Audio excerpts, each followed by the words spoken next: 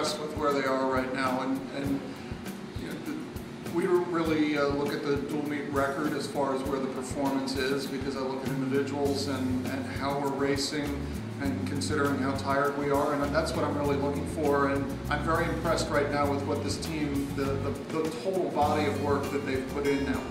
Well, record always matters because you want to win, but it's certainly not our focus to perform, to prepare for the win. We prepare to compete, and we've done very well. Individually, the kids are doing great. The training attitude, the training culture has been tremendous. So coming into the BU, the Terrier Invitational, now what we want to do is apply all the training, apply the racing, apply the mental preparation, and really go there and see if we can have a little mini mid-year peak. We haven't really, I wouldn't say we rested, we've kind of done a little bit of a recovery week. A few of the kids are shaving, and most of the kids kind of train right through. But mentally, psychologically, we're prepared for a good performance. So far, I think the team has performed really well. I think everyone's getting up and racing their opponents, and we are winning a lot of races and practicing really hard. So I think practicing really hard will pay off in the long run. I'm really pumped up. This is all, I think, as a freshman going into the Terrier, I'm really excited because this has always been one of the fast meets that we all swim fast in. So I'm expecting some really fast times. I think we're progressing about how I planned. I think the distance kids have been doing great all the way through to the sprinters. The sprinters with Coach AJ Pizzella have swam tremendously. I mean, John Conway, Pete Sacco, Victor Karpinski, they're doing a great job, and I attribute that to the energy AJ brought to that group. There, and we took that right before Brown, and they definitely deserve a little bit of rest that they're getting this week. It's just a couple days of rest, but they definitely have put in the work to justify what we're doing. Terrier's different because we have a little bit of a rest before the 3-day meet, and we have double sessions, so it'll be a little different to get up and go for 2 morning and night.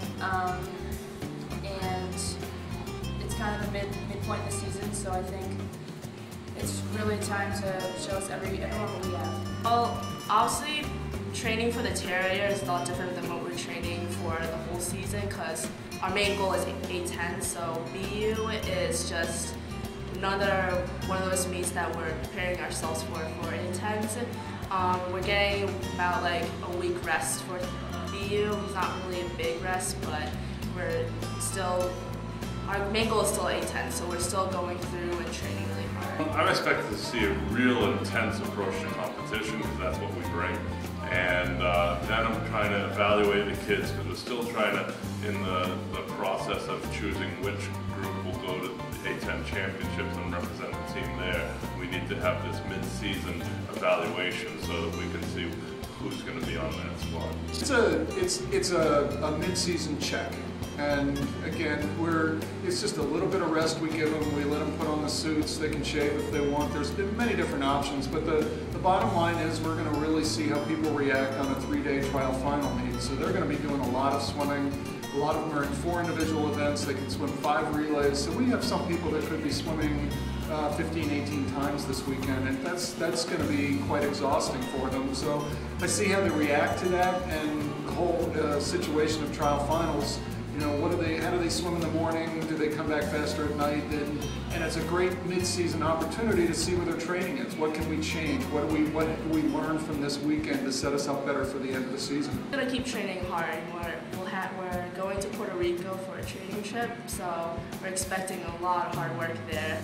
But even after BU, even after we swim like really fast times, even if we like make our goal time, we're still expected to train really hard and make more goals and swim fast. I think the biggest thing is goal times have to be theirs. They're a personal thing, that they are something that they believe they can achieve. And along with the goal times, we also ask them to put down what it's going to take to accomplish that. What do they have to do? How do they have to train? What do they need to change? You know, really, where do they come from? So we sit down and talk about them individually in the beginning of the year. They bring their times to me, we talk about them, and they all have a real good view of where they are and what they can do. And you know, there will be some people that will achieve their goal times this weekend, and then we reset them, and others we really look at goal times for the end of the season. The times are pretty similar. Obviously, we try to improve to get better for A10s, but I mean, if people tend to final at BU, they tend to final at A10s, and so I think it's a good standing of where the team is. Since there's 2 heats of relays with the women's programs having 10 teams, you know, I want to be in the last heat, so I want to make sure that we get our relay set with good times. And it's just a gauge. It's a check. It's a mid-season opportunity to really figure out, have we put the right work in? Are we in the right direction? And it gives us, you know, we're only, this is week 10. This is week 10 of 24, so we're not even halfway. I'm not going to tell them that because that scares them, but you know, we're not even halfway, so we have plenty of opportunities to change and to think about what we're doing and really set us up for a great end of the year.